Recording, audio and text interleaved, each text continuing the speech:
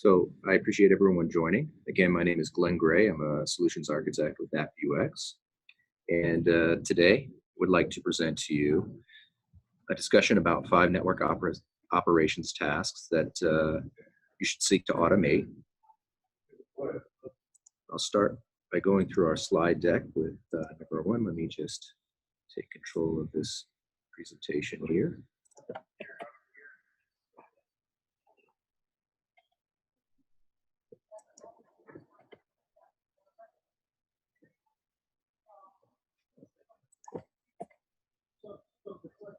Janice, could you help me by forwarding to the next slide, please?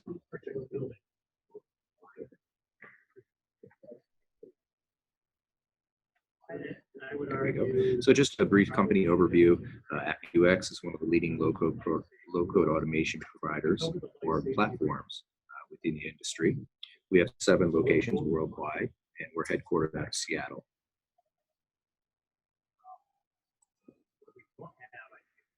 On the agenda for this particular discussion today, I'd like to cover NetOps Transformation, list 5 common use cases that we'll try to address head-on that we seek to automate.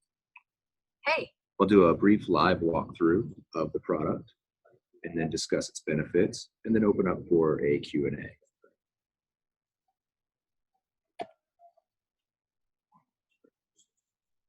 So to begin with, NetOps Transformation. Hey. When it comes to current practices, a lot of the approaches are just very tactical, meaning that it's a specific task that might be looked at to provide some automation around. That might be a compute resource deployment. It might be the reservation of an IP address within an IPAM system like Infoblox. It might be the individual creation of a virtual service within a load balance infrastructure. It might be the security policy association on, say, a Palo Alto. But that's all well and good, but that's basically just configuration management. And while you can script a particular task to apply a configuration set to your infrastructure, it's just very tactical. It doesn't really associate to a strategic or business-focused objective. Again, that's also technology-focused. It's providing a particular task or automation solution towards one vendor or one area of the technology that is made, that makes up the overall application delivery environment. A lot of times that is very siloed. It's also manually driven.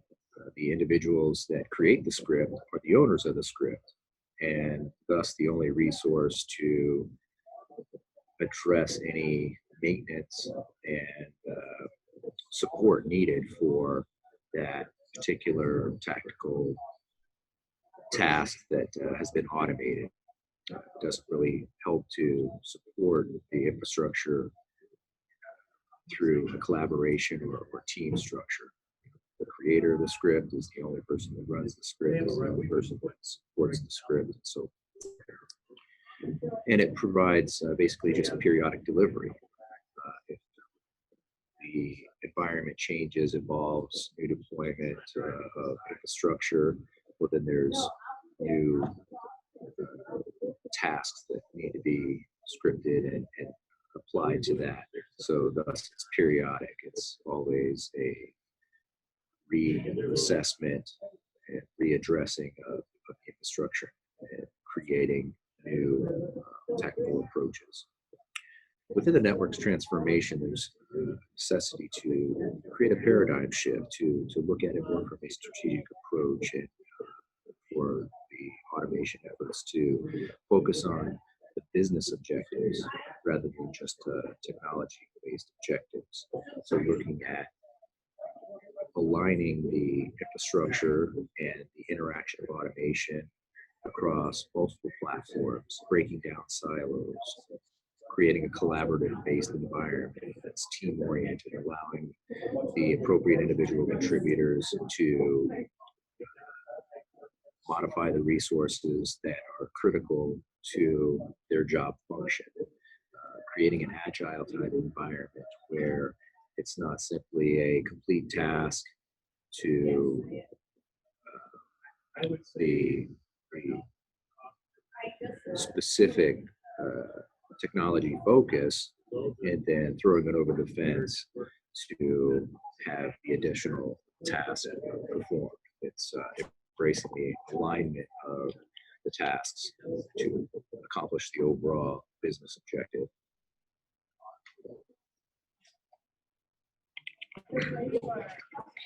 Moving on with network ops transformation. Sorry, that went back a slide. I want to talk a little bit about the path to network transformation, ops transformations. So the automation of the individual tasks and working together with the analytics and then evolving the skills and adopting the skills to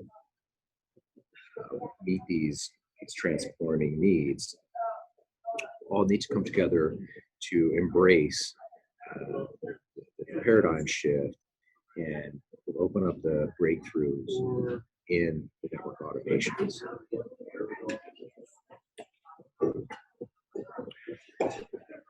Just a brief description, organizations are that leverage automation achieve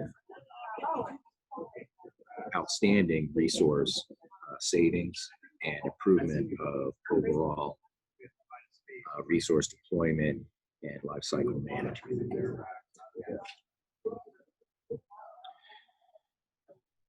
A lot of what's missing within the automation approach are centralized solutions.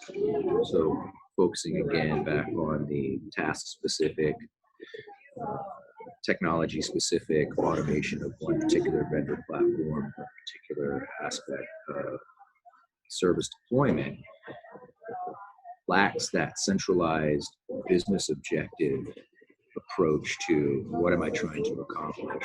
So a centralized solution oftentimes is the most important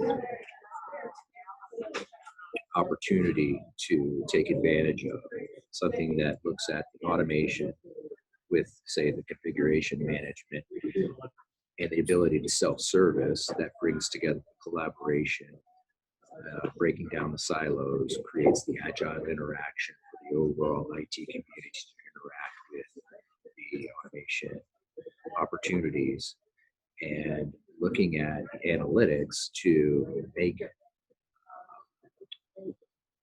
correct business-based decisions about where to move strategically, and bring together the full lifecycle management, the continuous integration, continuous development paradigms of moving forward with IT challenges and meeting the needs of the overall IT consumers and customers.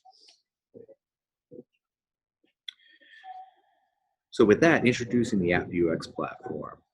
As Janish had described briefly on the introduction, it's a modular low-code software application that enables automation and orchestration of the network infrastructure in a context-aware approach, as well as a visual overview approach to make it highly intuitive.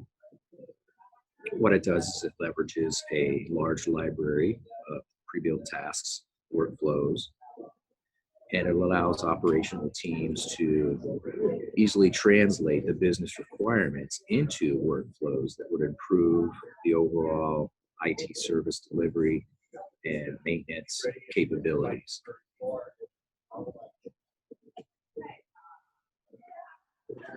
Now, how the AppViewX platform works at a very high level, there's 4 basic components. One would start out with discovery.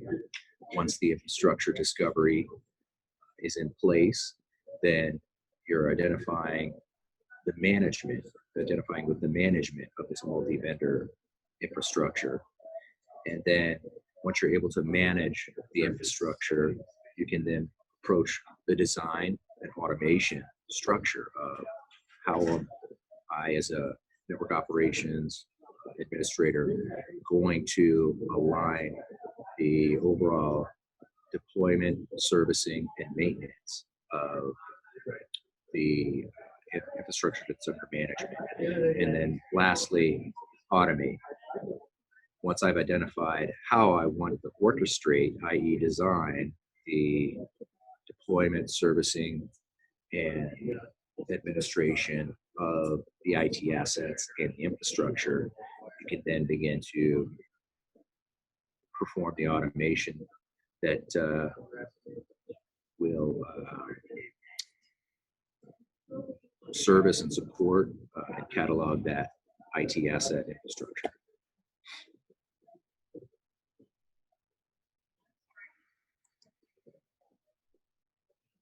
Sorry, the slide deck is not responding here. Janice, could you help take me to the next slide, please, sir? Thank you. So I want to describe now automating 5 common use cases. Next slide, please, Janice. Thank you. So the first topic I'd love to cover is self-servicing to the different teams. I mentioned a few times that a major component of working towards automation is engaging with the individual organizational teams that contribute to the overall maintenance of IT services. The AppViewX platform provides for a very fine-grained, role-based access control solution where you're defining how users can interact with the infrastructure. That would be assigning actual resources that they may view and or manipulate, as well as what functions that they may perform on the objects that they may manipulate. It's all centered around Active Directory, LDAP, BDS TACACS, or even SAML identity and access management integrations. So that fits into the existing identity and access management governance practices and policies that are in place in most every corporate enterprise already.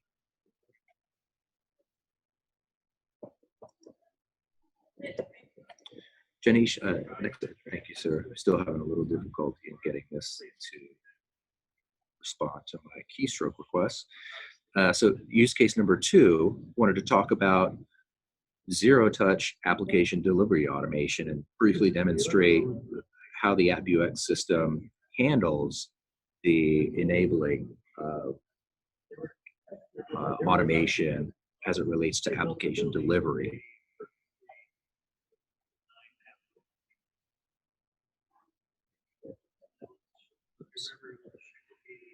Thirdly, I want to touch on a topic of SSL certificate management and renewal. That's a very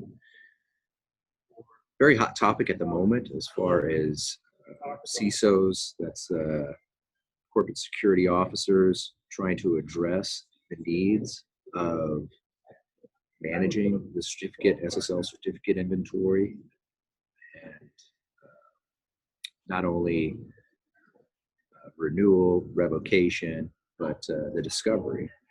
Where are these certificates at? What is their current status? Are they expired?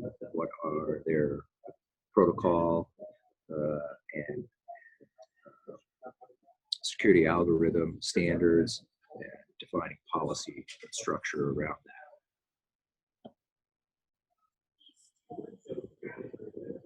Fourth item I wanted to address is application-centric visibility. And the AppViewX platform has the ability to discover a variety of infrastructure components across multiple vendors. And with that ability, it can provide an application-centric view of that IT resource and extend a lot of capabilities in the way of troubleshooting, of traffic engineering, and status, performance, health, and utilization. The last item would be infrastructure optimization. That becomes especially important when an environment has been, say, saturated with deployments over time. In many cases, there's abandoned, orphaned, stale items, infrastructure that has been deployed with an application, but that application may have been phased out, or a segment of the application may have been phased out. You have compute resources that were defined as pool members, but those pool members are no longer associated with a virtual service instance, and they were just abandoned. You have virtual servers that were deployed with subsequent pool members, which had wide IP DNS entries pointing to them. However, new additional services have been built in a migrated cloud environment, and now the DNS resolution points to that location, and thus the old resources were abandoned. Opportunities like that can be discovered, and infrastructure optimization through the AppViewX platform can be realized to help retire those instances and reclaim the IT resources. So with that, I'd like to take a live walkthrough of the platform.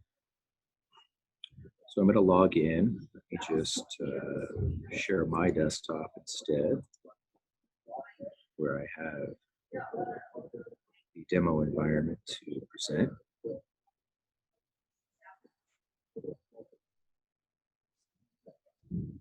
Janish, would you mind releasing, and discontinue your screen sharing? And if you don't mind, can you authorize screen sharing from me?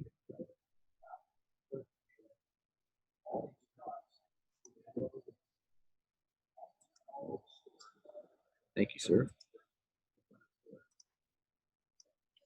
Okay, so here I'm presenting a demo environment of our AppViewX system, and it's showing a current dashboard system. But I want to start out with showing a bit of what can go into the platform as far as device and vendor-specific inventory. So from the drop-down module list menu at the top left, I'll see inventory. Now I've logged in as an administrator, so I'm seeing all available resources.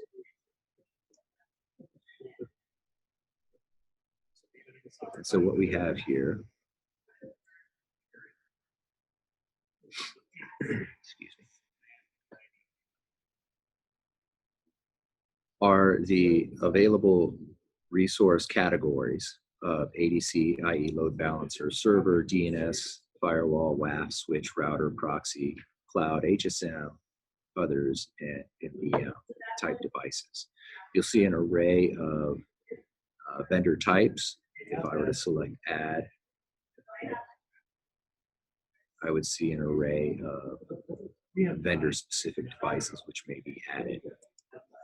You just fill in the information, add the device, and it will go under management. It's connecting to the devices via SSH or HTTPS or API interaction, dependent upon the vendor device. Same with servers.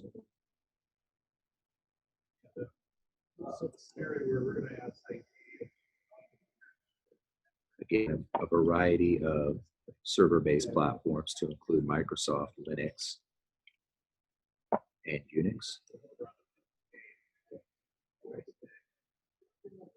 Integrations with IP address management systems along the along with GTM. So items like bind, info blocks, quip.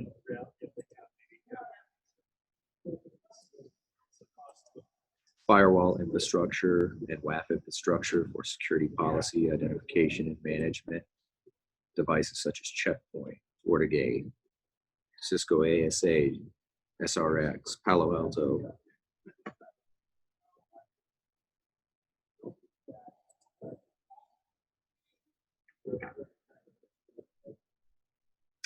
Within switches, routers, you have Juniper, Arista, Cisco proxy instances like Squid, Cloud, AWS, Google Cloud Platforms, Azure, and even hardware security modules where you're offloading your certificates, keys, and authentication credentials, so you can check in, check out.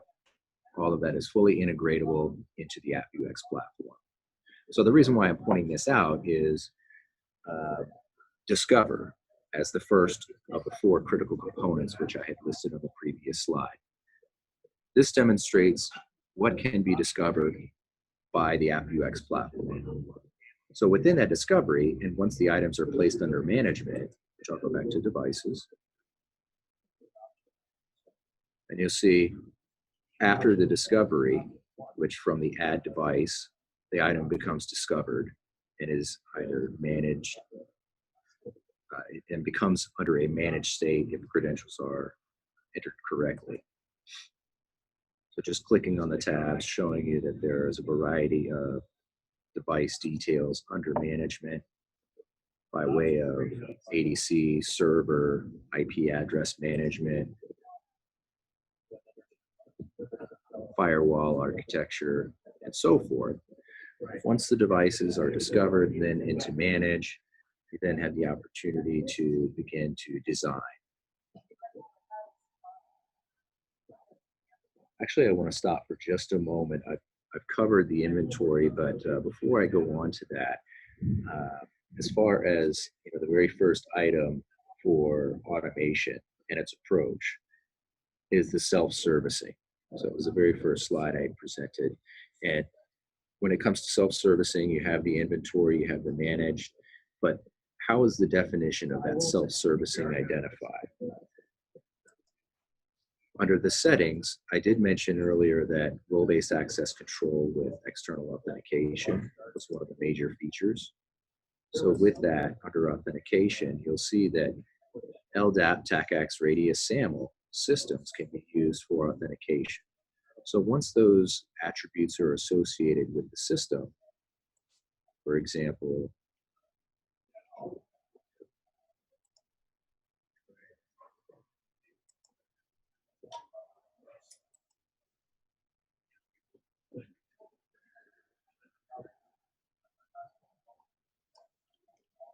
sorry, I just had a web refresh there. So as an example, the Active Directory system has been loaded into this test case scenario. It would allow for external authentication. So that creates the foundation for the role-based access control for self-servicing. Now within role-based access control, what we're defining here are roles that exist as an attribute, i.e. like member of, for individual users within Active Directory. Most everyone is familiar with Active Directory and Outlook systems where you as a user is associated with a number of member groups. So that would be a common attribute that would be associated to role-based access control. John Doe is a member of NetOps group, along with Jane Doe, along with John Henry, et cetera, et cetera. Now, let's say you have NetOps association and the NetOps organization has allocated or has been allocated these functions within the platform itself. As I expand them all, you can see an array of specific functions that are navigated from the drop-down menu as far as what you can see on each one of these individual modules. So here you're defining authorized functions for the role of NetOps. Then you're defining what resources are allocated to the role of NetOps. And that would be the individual component objects under each one of the managed instances. So for example, if NetOps were only available to perform read-write functions on Microsoft Enterprise generated certificates and DigiCert generated certificates, then you would apply read-write capabilities for those. And let's say read only for the remainder. And then you would save that allocation, and you just generated a role-based access control policy for the group of NetOps, authorizing them to do certain functions on certain items. Likewise, same with ADC. Cancel that. So let's say that there are certain applications like e-commerce applications, for example. I could associate only the e-commerce applications. There would be 56 in this case, giving them read-write.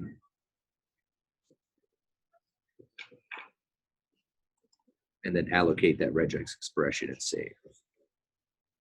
Likewise, with provisioning workflows, can those individuals within NetOps implement, roll back, approve? All of those are definable as well. So there's a brief overview of the self-servicing with role-based access control automation for the example group NetOps. Next, I kind of want to touch on zero-touch provisioning.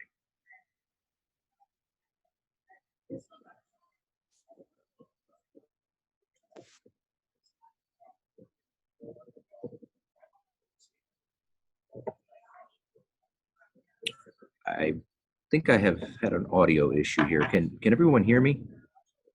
Janish, can you hear me?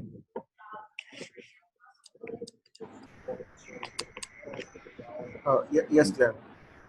You're audible. Okay. I've had a headset malfunction, so let me know if the audio quality is deteriorated significantly, please. Okay, so moving forward, the zero-touch provisioning. The platform also provides the ability to define workflows, customized workflows for zero-touch provisioning instances. Workflows are designed within a visual workflow palette. And it comes standard out of the box with, as I was saying, several hundred tasks that can be orchestrated. And I'll show a zero-touch provisioning instance as an example. So here we have a zero-touch provisioning of big IP application with ServiceNow integration.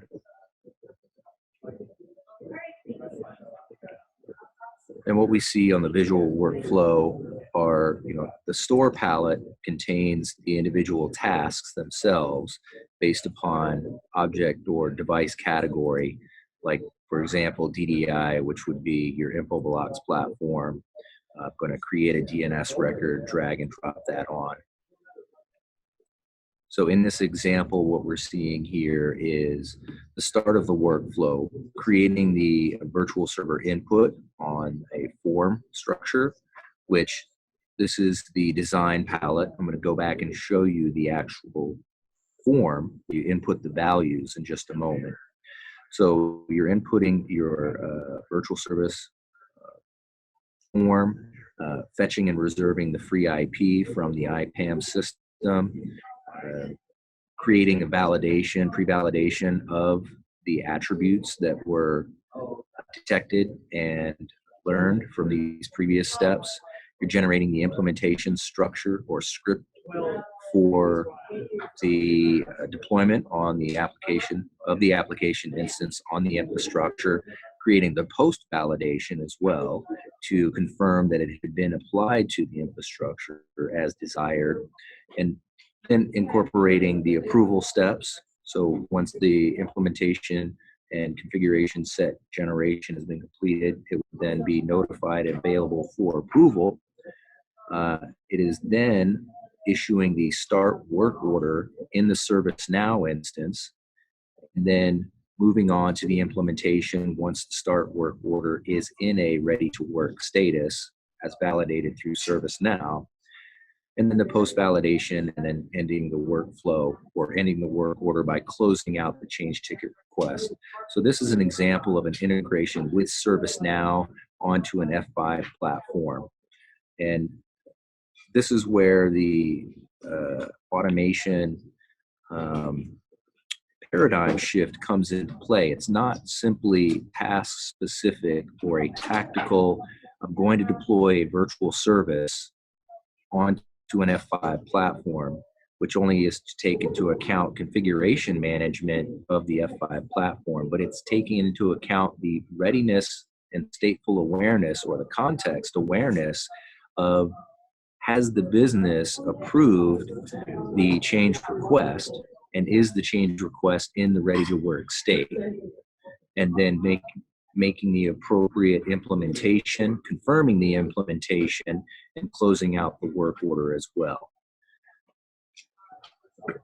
So that's where the whole concept of the zero touch provisioning and automation brings the contextual awareness in, integrating with the multiple components of the business infrastructure, and creating the business objective approach rather than the tactical approach. So again, I was going to go back and show you the request interface for that zero touch provisioning. I'll show you one that's been completed previously.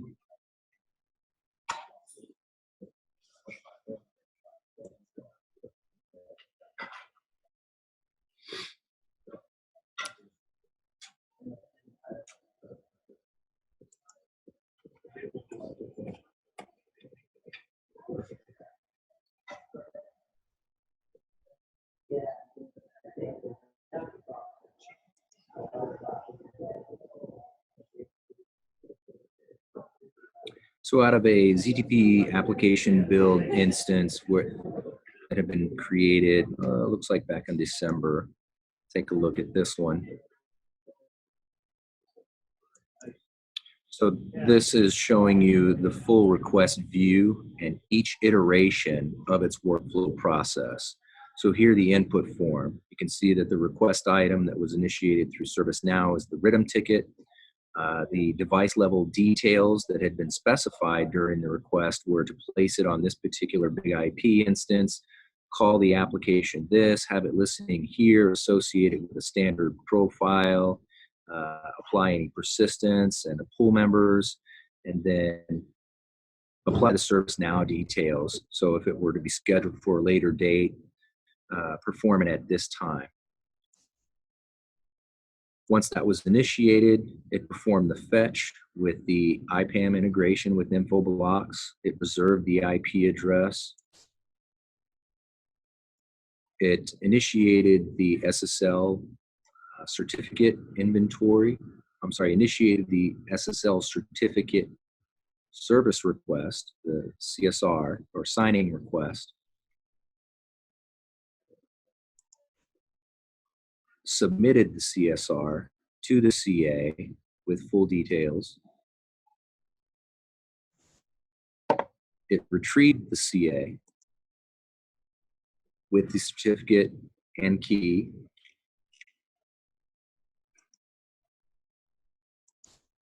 Then installed the certificate onto the big IP system. This is showing the configuration review of what is actually configured on the big IP system.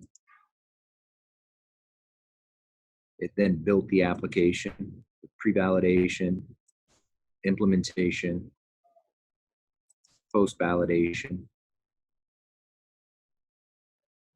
And in this case, there was a Ansible playbook that was associated, and this was a call made to an Ansible service system to create the compute resource,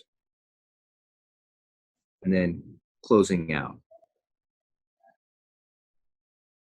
So a brief example of zero-touch application build, which integrates the multiple IT infrastructure components that go into the overall application delivery automation sequence, the IPAM or IP address management system, the big IP system, the compute resources, as well as the ServiceNow ITSM platform.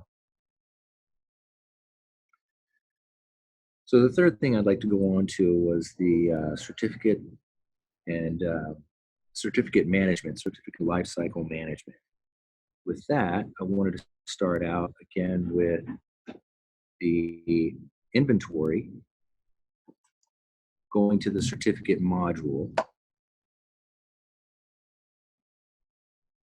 Now, automating of certificate lifecycle management. A lot of times, you're beginning with, again, the discovery, management, design, and automation approach. So within the certificate inventory, we have the discovery option. A discovery for certificates can be provided on a variety of methods.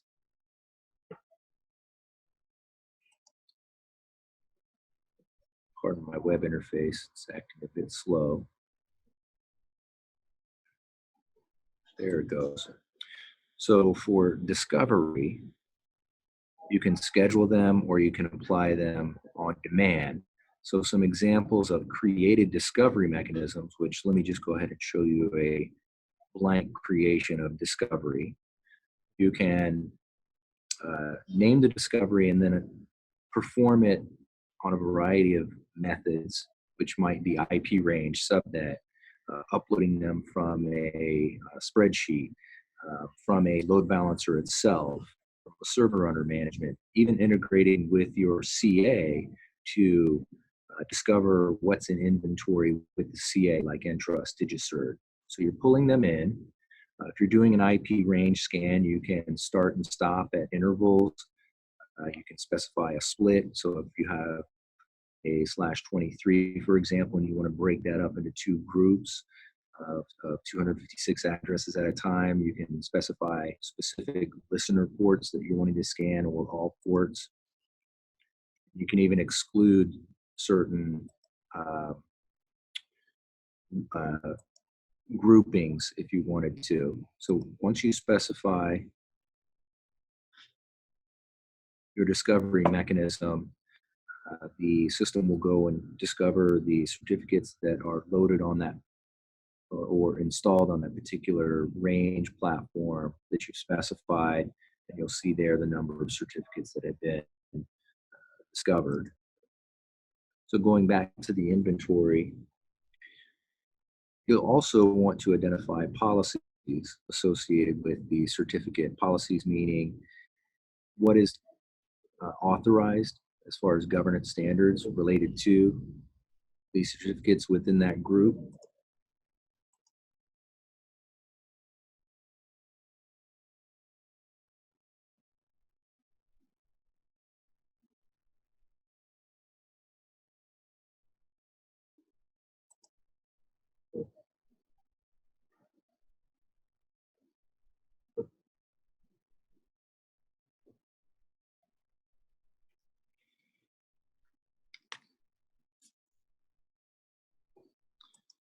And under the advanced option for policy, there you're defining what governance standards should be applied to your certificate inventory.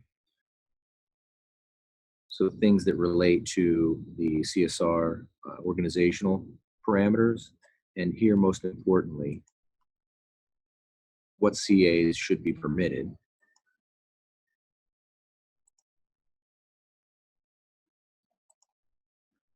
As well as what certificate types would be permitted. Do you permit wildcard? Do you permit multi-domain, etc.? Bit length associations, key typing, and hash function. Now, once these are defined, all things that have been discovered are then evaluated against the policy requirements, and according to either strict or suggestive, they can either be managed or flagged for removal or any other actionable item that you would require. So with this construct here, you have the ability to automate the governance policy association and creation of certificates according to the defined certificate guidelines and parameters. So no longer the opportunity to create wildcard if it is not appropriated and applied as a strict parameter.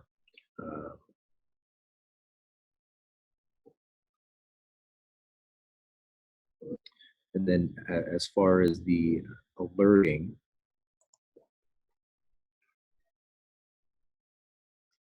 you're able to identify very quickly by grouping the conformance of your inventory, which are compliant, which are non-compliant, which are expiring over certain durations, and so forth.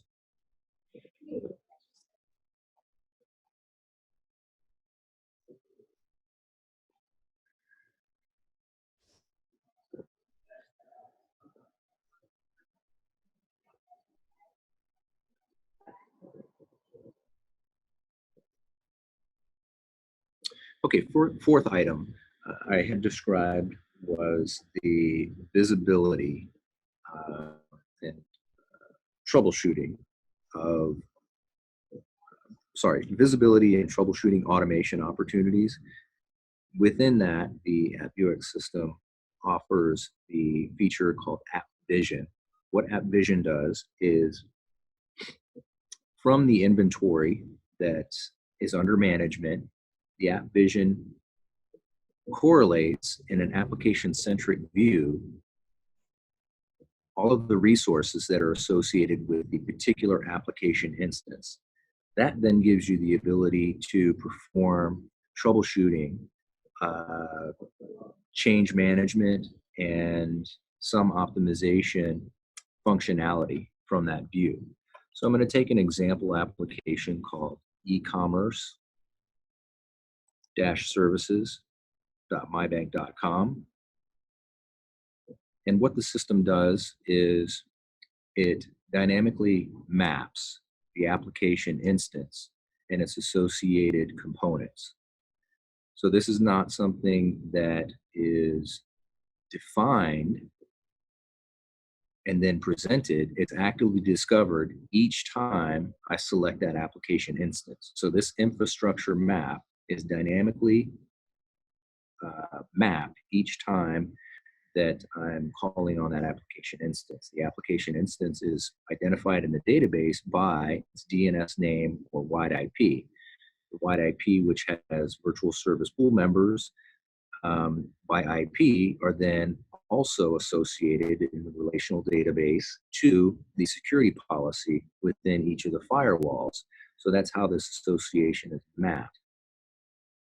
Within the LTM layer, the virtual server is configured with an LTM SSL client profile, which the SSL client profile points to a particular certificate, and thus we see the certificate. Likewise, you have the pool members. So what we're seeing is the application instance with the firewall security gateways where the traffic flows through, the LTM virtual service instances, as well as pool members and associated certificates.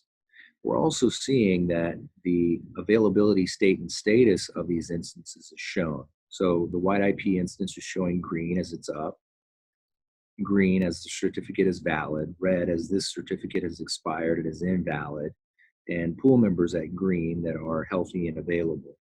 We can do a number of discovery through automation by clicking on details, in where we will see the specifics of that security policy on the particular device.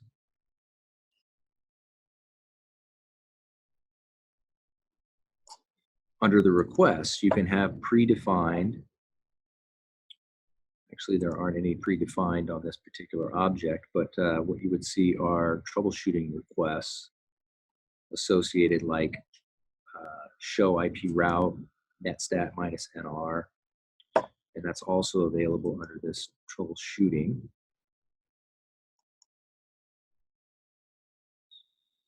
Where we could identify routine commands per platform. So let's say on Palo Alto, firewall, gateway, you're commonly utilizing a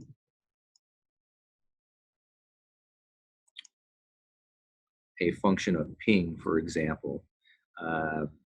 You can issue the command, the validator, and then perform that particular routine on demand.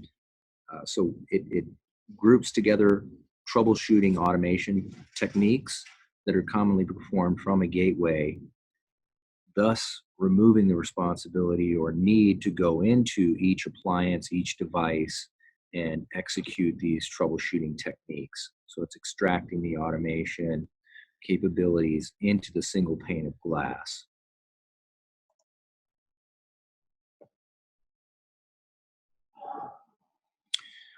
Likewise, you'll see within certificate management detailed functionality to reissue, revoke, renew certificate instances. Where you see here, I left click over top and I can regenerate, renew, revoke the CSR or the certificate which initiates to the CA.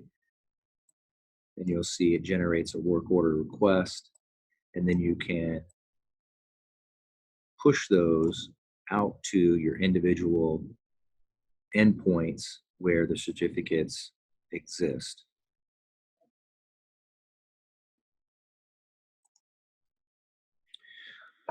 So that completes the demonstration portion of the NetOps automation series. I'd like to open up for questions at this point. Janish, if you wouldn't mind, do we have any questions at this point, or if you could field those, please? Yeah, yes.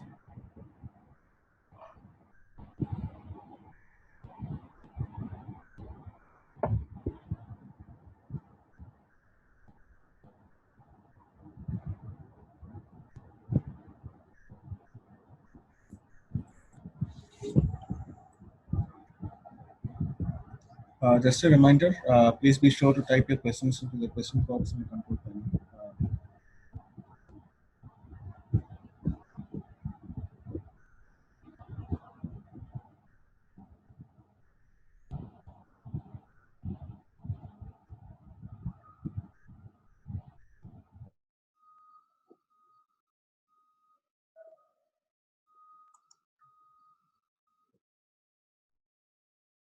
Do we have any questions, thoughts, any ideas that anyone would like to share?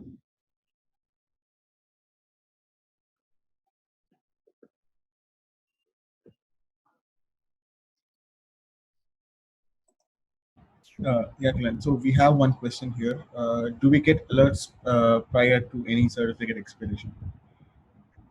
Oh yes, absolutely. Let me go back and share just really quickly how that might be visible. So there's a number of ways. You can either define in alerting that certificate expiry instances are occurring, or within dashboard summary views, you can view them from that point. Bear with it. So under the certificate alert module, which is taking just a moment to build here, so I apologize for our demo environment not responding as quickly as I'd like. What we're seeing here are the alert instances 4,931 of them. But if I were to define one, I could define a certificate expiry alert, associate a severity level with that.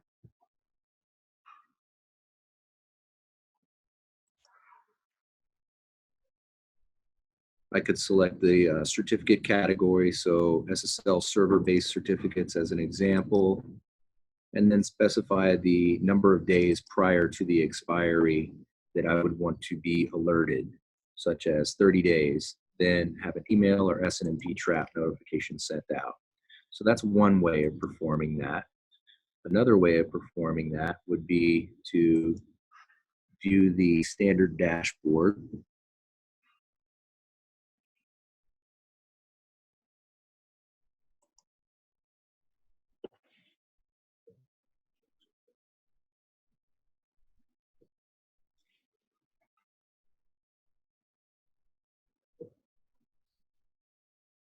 There we go.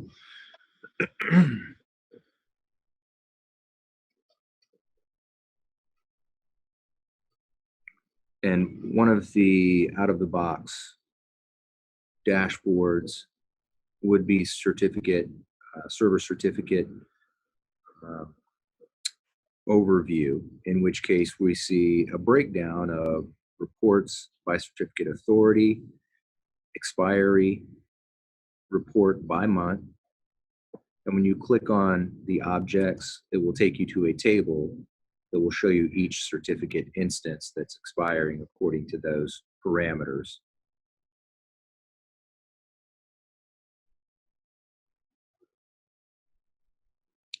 So in just a moment, this table is going to populate with those certificates set to expire within the month of March.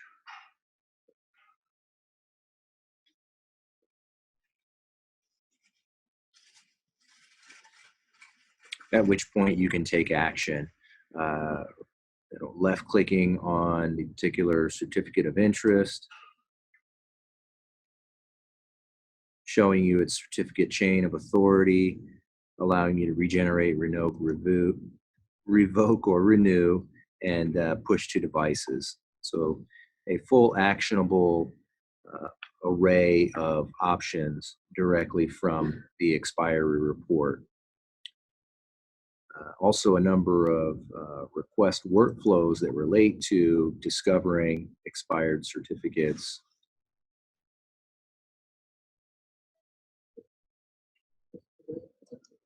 In addition to performing actions.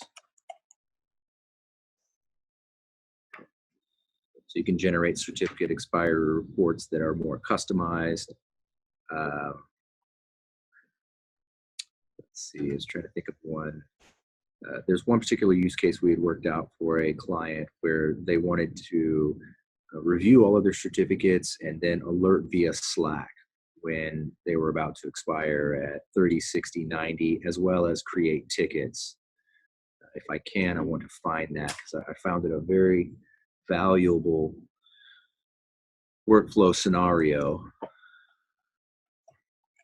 think it's a cert alert. So just showing you the visual workflow construct of that logic. So it would be initiated and then generate. So it looks at the certificate expiry check, which evaluates all those certificates in inventory and then applies a rule saying this would be a low incident, which this API would generate a ServiceNow ticket. It's a low incident because you have a certificate that's about to expire in 90 days and it generates a Slack notification that said certificates are going to expire within 90 days. Expired instances would immediately post to Slack into another channel that they're expired. A high incident would be one that is going to expire within 30 days. Again, this API creates a high incident level ticket within ServiceNow and posts to Slack in a different channel 30 days to expiry. This fourth category sets an expiry rule that creates a medium level incident ticket indicating that certificates within this category or by name are expiring within 60 days, and then posts into a different Slack channel indicating expiry within 60 days. So this particular workflow could be set up as a routine workflow to execute on a daily basis or on demand basis. So if I execute the workflow, it runs and associates ServiceNow incident tickets as well as Slack notifications. So that's some of the examples of the automation capabilities. Any other questions?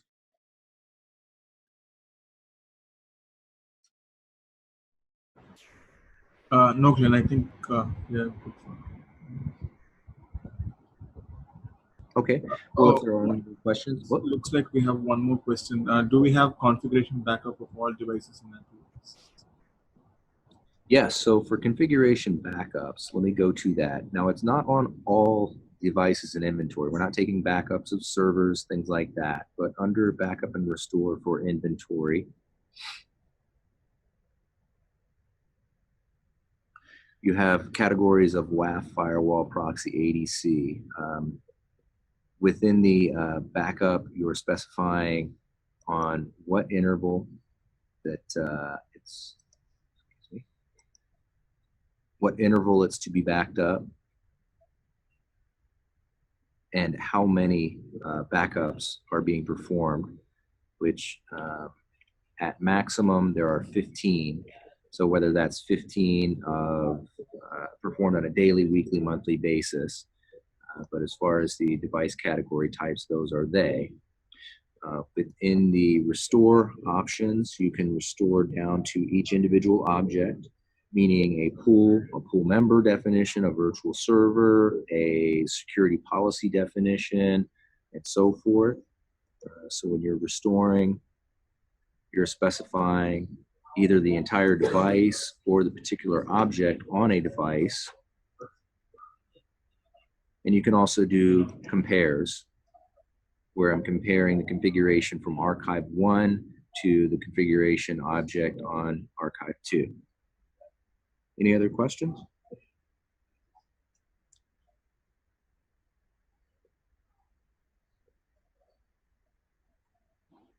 Yes, Glenn. Can we manage SD-WAN devices in AppViewX? Can you manage SDN devices? SD-WAN. Oh, SD-WAN. Well, in the way of, well, specifically, can you describe an SD-WAN device that you have in mind?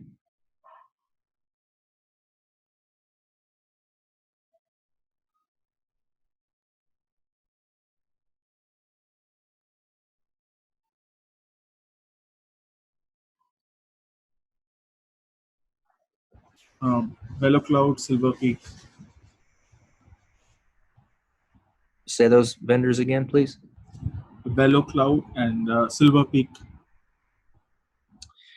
Currently, no. Those are not devices that are capable from the AppViewX platform that I'm aware of.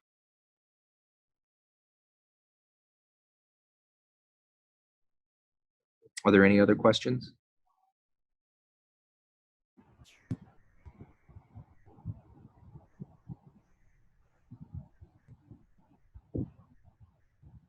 We can move on now. Okay. Well, if there's no other questions, that concludes the demo presentation and slide presentations. So I do want to thank all of the participants for joining and attendees. You can reach out to me at Glenn@AppViewX. That's GLENN @AppViewX. And of course, additional information can be forwarded to info@appviewx.com. So again, I want to thank everyone and talk to you more out in the community. So thank you very much, everyone.